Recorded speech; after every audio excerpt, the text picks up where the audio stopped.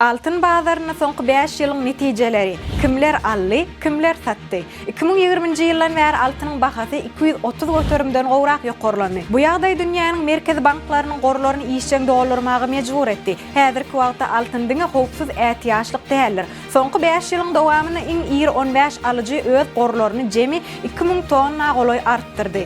Hytaý 350 tonnadan gowrak altyn satyn alyp, sanawda 1-nji orun eýeledi. Polşa 300 tonnadan gowrak. Ýewropanyň iň işçiň alyjysy boldy. Türkiýe we Hindistan valyuta bökdönşliklerine garşy gorag üçin altyny satyn almagyny dowam etdirdi. Beýleki ýurtlar Azerbaýjan, Braziliýa, Ýaponiýa, Taýland, Wengriýa, Singapur we Russiýa gorlaryny epetli artdyrdy. Käbir ýurtlarda bolsa gorlaryny epetli azaltdy. Filippinler 65 tonnadan gowrak azaltdy. Gazagystan we Sri Lanka mali durnuklygyny saklamak üçin bir bölegi satdy. Altyn bazary soňky 5 ýylda strategik we geosiýasy ähmiýetli aktiv hökmünde ýurtlaryň arasyny möhüm rol oýnady. Siziň pikiriňizçe ýurtlaryň altyn bazary bilen baglanşykly şular ýaly hereket etmegiň sebäbi nämedir? Pikirlerinizi tesbirlerde belläň.